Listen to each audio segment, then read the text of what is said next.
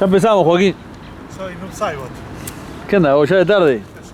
¿Qué anda, vino uruguayo? Soy una persona ¿Qué anda? con demasiadas ocupaciones al ¿En qué mismo andas tiempo. metido? No, tuve que ser mandado. ¿Qué tipo de Soy mandado, un hombre de Juaco? casa. Tuve que salir a hacer mandado, comprar cosas y después cocinar. ¿Qué cocinaste? No, hice un arroz con unas cosas ahí. Chanta. No, tranqui, pero lleva un rato, quieras o no. ¿Vos venís para acá? ¿Seguido o no? Bueno, tenés al lado, ¿no? Acá sí, pero no vengo tanto. Oigo que- un poco la gente, yo no salgo mucho a casa. Pero viste que va para esta época, entonces estás hecho. Sí, claro. Mucha gente no. Yo no me enteré que ¿Para qué carajo es eso? ¿Tenés idea del cubo ese que da? ahí se hacen, toca gente, no sé. No, pero eventualmente tiene una implicancia más como, no sé, Creo que es parte a del... nivel histórico, digo, tiene una cosa, ese tipo de forma, ¿no? Es como un lugar medio... Eso siempre se usó tipo pabellón para cosas, pero creo que la idea era que era para música, para que te toquen cosas. No sé, creo. Es raro, ¿no? No sé quién es el tipo que está allá. Es como un Wagner atrio. Es el tipo que está allá, ¿viste? Wagner, lo pusieron ahí en Ahí tenés, rosadito. música, entonces. Música. ¿Viste? Es para hacer música nacionalista alemana. Siempre fue así, ni idea, ¿no? Wagner lo mirá, implicaron, ahí Beethoven también ahí, pero escuchá, pero es como nicho, compañía, que siempre los implican en cosas de capaz que si uno No, se pone... Wagner era así. Sí, era- Wagner era medio nazi, sí. ¿En serio? Pero si antes de esa época todavía no eran nazis. No, pero vos te Ya crees que... arrancaban con la identidad de fuerte, digamos. ¿Vos qué te crees? Que salió de un... así de repente... Un huevo. Un repollo y salió Hitler así. No, hay judíos feos. No. El antisemitismo en Alemania tiene... No sé. Y contra en Alemania es donde nos enteramos porque organizaron un genocidio. En Europa el antisemitismo tiene... Bueno, no sé, la cadencia. Yo ahí a nivel histórico, no sé, siempre en contra de los judíos o en contra de lo que puede llegar a ser una ofensa para, no sé, cierto nacionalismo, ¿no? Como que no creo que fuera solo. No, pero se encontró siempre en el judaísmo, sí, porque acordate un tema importante. Si bien había distintos grupos religiosos, ya a partir de la Reforma, eran todos cristianos, excepto ¿En serio? los Ni judíos. idea. Y claro, eran todos cristianos. Pero excepto los judíos. también toda la cosa judía con todas sus diferentes vertientes, no sé, eran parte de la sociedad alemana, ¿no? Sí, pero eran un otro fácilmente identificable, que además como había sido históricamente relegado, igual ojo, eso... Porque hay mucho alemán judío también, Sí, como sí. todo medio, ¿no? Está Pero todo revuelto ahí.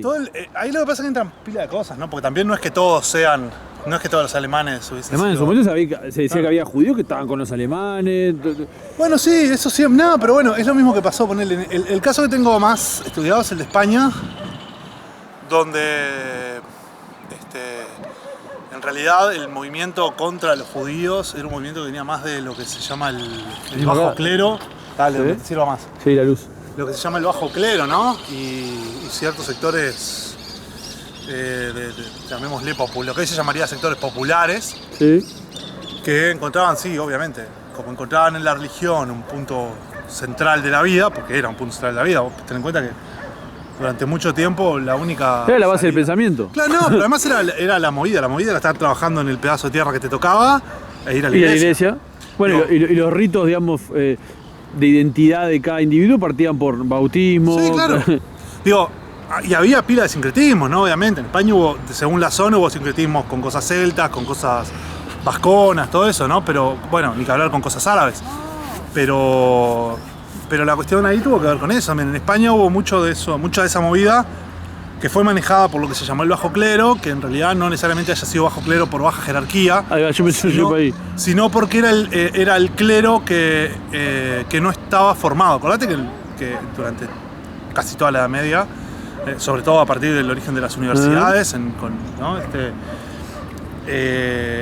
La iglesia era un centro de conocimiento, no No, solamente... lógico, era un centro- las bibliotecas estaban en las iglesias, no, generalmente. no, pero además no solo eso, las universidades eran instituciones que eran en gran medida Bueno. eclesiásticas, digo, y eran un espacio donde había además un conocimiento que era súper integrador. En España, los centros de conocimiento eran centros en los que estaban cristianos, judíos y islámicos juntos, y ahí había un clima de tolerancia que no había capaz en el resto de la sociedad. No sé tanto de la mezcolanza. No, pero por eso te digo, porque Y entonces la disección, ¿dónde se dio? A tu imagen de... No, es lo que pasó, y eso es un tema que está bueno, además, es un tema súper interesante porque un poco sirve para desmitificar ciertas ideas que se tienen. Vinculados al odio, ¿no? Sí, claro, tuvo mucho que ver también con que sectores sectores en los que, bueno, eso que te decía, ¿no? Sectores del clero menos ilustrado y también algunos sectores de cierta parte de la nobleza, obviamente también, eran capaces de movilizar a la gente que, bueno, encontraban en la religión un factor demasiado importante y era fácil movilizarla. Y el judío funcionaba muy bien como un extraño. Entonces, cuando el extraño no era el árabe, era el judío. Entonces, ahí hubo un fenómeno que no fue menor, que fue que cuando finalmente en el 92, 1492, se hace lo que se termina de llamar la Reconquista, ¿no? Que básicamente es la conquista de los últimos reinos musulmanes, que no significa la expulsión de los musulmanes, sino que significa la conquista de los últimos reinos, seguía habiendo musulmanes.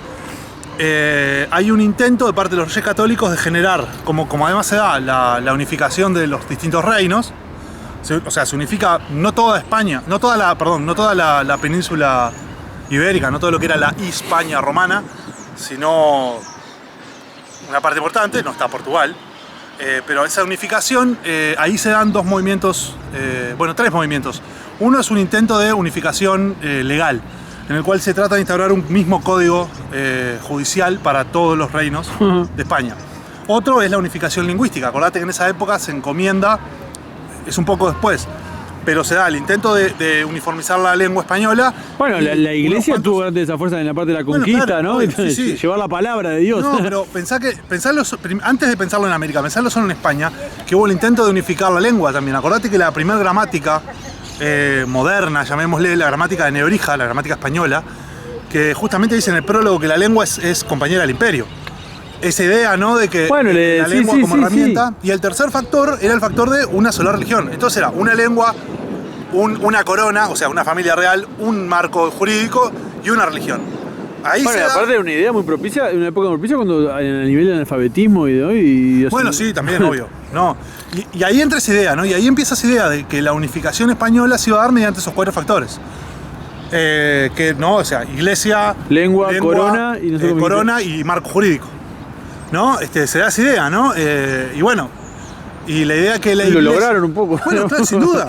hasta hoy sigue, digamos. No, obvio, y ahí es que se forma. Vos acordate que se dan, no me acuerdo, fue por ahí también, no me acuerdo exactamente qué año fue que se firmaron lo que fueron el decreto de expulsión. El decreto de expulsión, la historiografía, digamos, nacionalista española siempre lo vio como algo bueno porque España era católica y tal, listo, porque era una historiografía nacionalista integrista. Pero la historiografía crítica en su momento, como que había visto, o sea, la historiografía en general no española, había visto un problema ahí porque sería como que en realidad era una muestra de intolerancia. La historiografía más... El no bancar la otra palabra, digamos. El expulsar la historiografía más contemporánea. No deja de ser una serie de movimientos que buscan un delito. Sin duda. Pero la historiografía más contemporánea lo que ve es que, claro, era parte de ese intento, ¿no? Mediante la expulsión de los judíos, al mismo tiempo también se daba la posibilidad de que los judíos y árabes... Judíos como muchas otras personas, ¿no? Tampoco... porque toda esa cosa de incluir en los judíos, él atacaba... En ese momento se incluía también a los... Eran los árabes también, porque acordate que los árabes acababan de haber sido... Pero también era normal. O sea, no, claro. También el que atacaba ciertos valores... Claro, pero a ese no se lo expulsaba. La cuestión es que a ese se lo encerraba. Sin duda, sí, se lo encerraba después... Pero niveles de exilio hay de diferentes... Claro, yo te hablo del exilio burdo, como estábamos hablando de los judíos, voy a este caso. La historiografía contemporánea lo que entiende es que el objetivo de ellos en realidad era hacer una conversión forzada, que la mayoría de la gente se convirtiera. Está bien lo que decís. Unificar la religión, generar como un canon ahí único. Entonces, ¿qué haces? El judío o el árabe... No, pero también el judío con la Biblia, entre comillas, fue uno de los pioneros de eso, por lo menos en cierta cultura occidental, ¿no? Bueno, sí. Pero la cuestión es que al hacer eso se le pone la obligación de mantener su religión o no mantener o quedarse en España con otra religión. Bueno, viste que también igual esto puede estar visto, por eso que te mencioné yo, de que justo en esa época de un poco romanticismo, también surge esa idea porque venía de antes incluida en los judíos y en otras religiones, con las árabes, como decís vos. Entonces también fue como esa cosa de paso de mando. No la necesidad de como que, usted, ahora nosotros. Bueno, sí, en el caso es una lucha, bélico. Bueno, en el caso de Alemania, porque hablábamos de Wagner, y de esa Alemania en particular, Alemania, no existía Alemania como... Sí, el Imperio Austrohúngaro sería... Cuando Wagner era el Imperio Alemán ya era Alemania, pues ya había sido la unificación prusiana. Pero ahí lo que está, hay dos elementos que son importantes, que son el judaísmo porque es la religión que existía en la época, o sea... Estaba tan acentuado en la zona ahí. Existía, sí. Alemania, en lo que es el actual territorio alemán, no había tanto. Pero acordate que Alemania era mucho más grande en esa época, porque era la Alemania que se formó a partir de Prusia, que tiene la mitad de lo que ahora es Polonia. Claro. Ponele, y lo que es... y parte Imperio de lo que germánico. Claro, lo que era el Imperio Alemán es... No el romano, eso es después. No, germánico. Es posterior al Imperio Romano Germánico. Igual la historia no sé mucho. Para cortar un poquito, yo no tenía... ¿Por qué tenés toda esta beta así como historiográfica tan latente? Me gusta, siempre me gustó la historia. Ni puta, ¿en serio? ¿En serio? Sí, pero nunca agarraste para ahí, a la hora... soy colgado, me cuelga nomás, pero... Nada, ¿y que también tipo ficción, cosas boludeando o siempre en libros como de estudio más o menos serio? ¿En el sentido, mirá, ¿me explico? En general siempre, digo, yo qué sé, cuando era guacho, tipo en el liceo, incluso en la escuela, era medio colgado de ver esas cosas, yo me colgaba, ¿viste? Agarraba en el cable, ¿viste? Estos canales, el que después se convirtió en el History Channel, ¿no? History, que era el Mundo Lee. Estaba ese ahí. No me acuerdo. Era uno que en realidad se fue mutando, pero era medio una onda. Después apareció el History cuando todavía estaba bueno, cuando era historia. Yo me colgaba y miraba esas cosas a veces.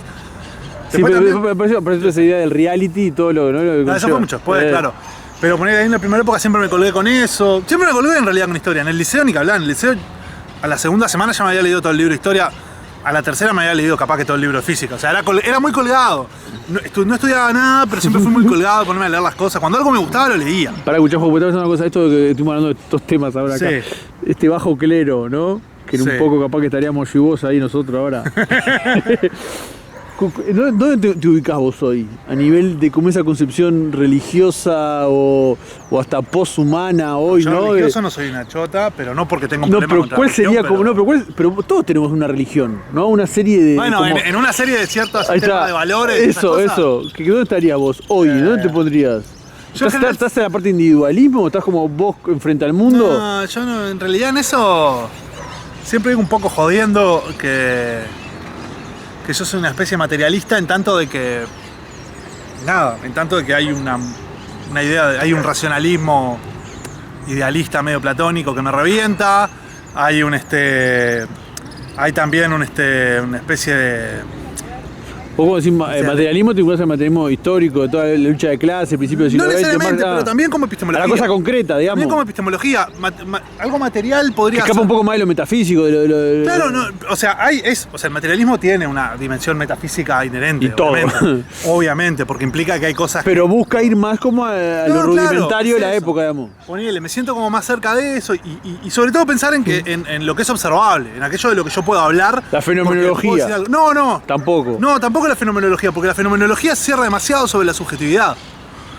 Sí, yo digo a la hora del hecho más como científico, concreto, ¿no? Sí, no, pero por eso, el problema que tenés a veces con la fenomenología es el problema de poder hacer de poder decir algo que tenga cierto carácter, por lo menos verosímil.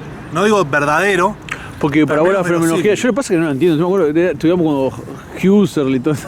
No, sí, o sea, pero ojo, a mí me también estaba cuál era la fenomenología del espíritu, de quién era, de Hegel, de todas esas cosas que nosotros nunca le entramos por ningún lado. A mí esos me gustan, pero... Me gusta. ¿Cómo hace para leerlos? Pero, sí, a mí Hegel me re gusta. ¿Pero lo lees como literatura y tratando de entender un momento? ¿O eventualmente también sentís que te trastoca? En el caso de Hegel... ¿Pero te trastoca hoy a vos? En el caso de Hegel, sí, yo qué sé, yo lo he leído. Ahora mucho menos, pero tuve una época que lo leía con fruición, diría. Yeah. Me copaba Hegel, yo qué sé. Llegué a Hegel en su momento cuando empecé a leer el Marx filosófico, tipo a los 20 y poco. Ahí tengo que hacer. Nada, ¿Llegaste a leer manuscritos de los comienzos de Marx y todo eso, digamos? Bueno, a mí me gusta ese Marx. El Marx de la lucha de clase me interesa, es interesante, ¿no? Pero me gusta menos, porque, o sea, vos tenés por un lado Marx haciendo filosofía y por otro lado Marx pensando en que tiene que hacer cosas ahora. Marx pensando en que se quemaba Tutanka y había que hacer algo. Entonces, y eso siempre es un conflicto. El Marx más romántico, tan pragmático, digamos. Sí, yo qué sé, yo qué sé, a mí ponerle me gusta mucho... ¿Pero esa es tu literatura? Además de todas las otras millones de cosas que haces, ¿vos sentís que la filosofía vos la consumís, no, la incorporás como algo simple? Bueno, no como algo simple. No como algo simple, ¿no? Te estaba hablando de Hegel. O sea, tipo, el mayor ejemplo de la sistematización de la historia del pensamiento en un momento donde no se sabía qué mierda iba a pasar. O sea, estábamos hablando de Hegel. Sí, no, pero te quiero decir, pero por eso es que no es fácil entenderlo a la hora de vos decir lo que pensás al respecto. No, claro, es complejo hasta de expresar. Eso. A mí lo que sí me pasa, y eso sí es importante, y bueno, eso capaz que tiene que ver con lo que hablábamos, ¿no? De mi interés también en la historia, ¿no? Que tiene que ver con que lo que sí me gusta mucho es leerlos en el contexto. Compaginar, digamos. En general, no, pero bueno, por ejemplo... ¿Por qué decís que no todo el tiempo como todos los montevideanos? Porque la mayoría de la gente, vos lees... Arrancan no, te dicen no. Porque recién digo, vos decís... Porque en cada frase pones un no. Adelante. Muy pero lo hace el montevideano en general. Entonces yo te diciendo que pasa algo, lo mismo que vos, o te voy a acompañar en el pensamiento, y ya es tipo no, y vos capaz que salís hablando y yo quedo tipo, ¿qué dije? vos así, es algo medio... funciona como muletilla el no, ese es el tema. Sí, pero es jodido, porque podía ser sí. Sí. Y a veces se confunde el no con el no de la tranca y con el no de no me parece eso. Entonces también es como, hasta cuestiona el aspecto crítico del no. Lo deja en un lugar, bueno, de muletilla como decís vos, pero con su peso, ¿no? Como no. Por eso, hablando de historia y pensamiento, es importante la manera en que uno habla y cómo se expresa a la hora de discutir. Y siempre que pones un no adelante, habla capaz, yo lo hablé ahora de esto, a nivel de idiosincrasia, ¿no? El apersonamiento, la cosa gris uruguaya, un cierto pesimismo, pero no es un pesimismo como constructivo, no es como la antítesis de un pensamiento dialéctico, otras cosas. Además, es como redundancia negativa, ¿entendés? Pero me estás diciendo, sí, la cosa histórica, del enganche tuyo con... Claro, siempre me copó eso, ¿no? Y ver de dónde salían las ideas. Por eso llegué a Hegel a partir de ahí. Porque empecé a ver y el loco hablaba mucho de eso. Hablaba mucho, o sea, el loco veías a Hegel, él hablaba mucho de Spinoza, fui a leer Spinoza y encontré qué es lo que le interesaba a Spinoza y dije, esto a mí no me interesa tanto, ponele, vole un cacho, todo y ven con Spinoza. ¿Cómo hacías para leer eso? ¿Era como de subrayar, lees y te queda un poco el diálogo que va manteniendo él a nivel de la escritura? ¿O vos ya tenés tu visión y vas como recortando y diciendo, esto es lo mío? No, en general es... Tratás de ser más completo, tratás de leerlo. A mí lo que me gusta es en realidad agarrar cuál es la relación de cosas que el loco presenta. Ponele, pero ¿cómo hacías vos para nuestra época hoy, con todo lo único que tenemos con las pantallas y la inmediatez? ¿Cómo sentís que vos trabajás en tu mente? ¿O realmente hacías un estudio? Tipo de sacar apuntes, Depende del caso. Hay cosas que las leí más por entretenimiento o por otras, yo qué sé. Cosas que las leí incluso a veces, estaba leyendo para la facultad, me embolaba y sacaba un texto capaz que era 36 veces más denso que lo que estaba leyendo para la facultad, pero no me embolaba. Capaz que tenía un texto que era un bodrio de la facultad